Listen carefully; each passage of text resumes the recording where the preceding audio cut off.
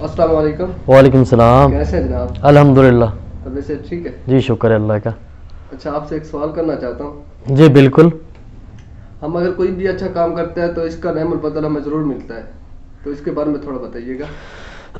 ہاں جی، بہت ہی اچھا سوال کیا آپ نے.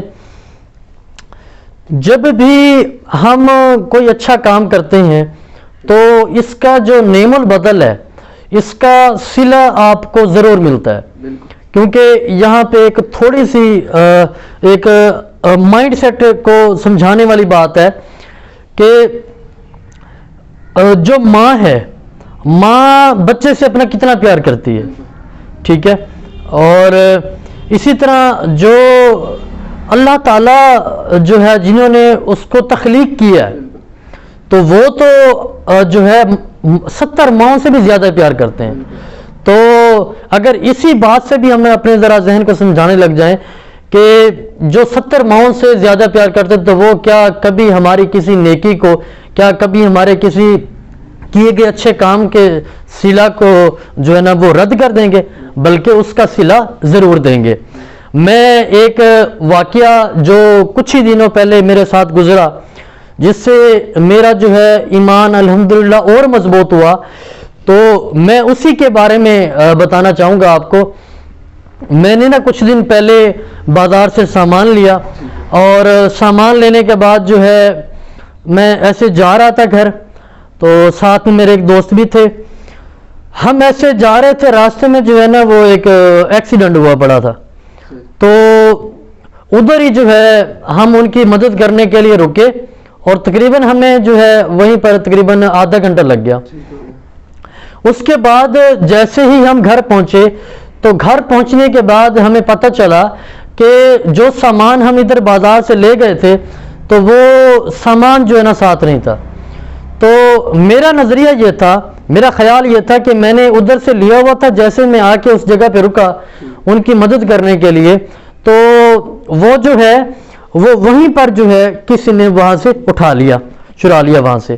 تو اب میں جیسے میں گھر پہنچا تو میں ساری رات یہی سوچتا رہا کہ میں نے کسی کی ہمدردی کی ہے، اور ہمدردی کے دوران ہی جو ہے نا کسی نے میرا سامان چرا لیا. تو پھر میں دل ہی دل میں ایسے سوال کر رہا تھا کہ اے اللہ، اگر ایک ہمدردی کرنے کے لیے، ایک ہمدردی کے بدلے میں اگر مجھے یہی صلہ ملا تو پھر ٹھیک ہے. لیکن اگلے بھی دن میں ایسے دوستوں سے بھی ڈسکس کرتا رہا، تو اگلے دن ایک بات میرے دل کو چبھ رہی تھی ایسے. ایک تو یہ نظریہ تھا کہ بھئی اگر میں نے ان کی مدد کی، میں گھر بھی جا کے ایسے بتانے لگا، تو گھر والوں نے کہا کہ اگر آپ نے ان کی مدد کرنے کے لیے رکے تھے، اگر آپ کا پھر سامان جو ہے نا کسی نے چرا لیا تو کوئی بات نہیں، آپ ایک اچھے کام کے لیے رکے تھے، کوئی بات نہیں اس کی. تو مجھے ایک یہ پریشانی، میں یہ کہہ رہا تھا کہ میں نے کہا اے اللہ، اگر تو نے جو ہے اگر اسی ہمدردی پہ میرا صلہ ہے تو پھر مجھے یہ صلہ قبول ہے. لیکن اندر ہی اندر سے مجھے یہ بات چبھ رہی تھی. مجھے پتہ تھا، یقین تھا کہ میں نے کہا مجھے کسی نہ کسی طریقے سے، کسی نہ کسی جگہ سے یہ واپسی ضرور ملے گا. یقین کریں، مجھے اس چیز کا جو ہے نا یقین تھا، اسی لیے میں سارا دن پریشان نہیں تھا. تو جیسے ہی میں اگلے دن بازار آیا، تو جہاں سے مجھے چانسز تھے کہ یہاں پہ مجھے 5% چانس ہے کہ یہاں پہ میرا سامان پڑا ہوگا، باقی جو ہے نا میں نے کہا یہاں پہ نہیں پڑا سکتا، یہاں سے میں نے اٹھا کے گیا تھا.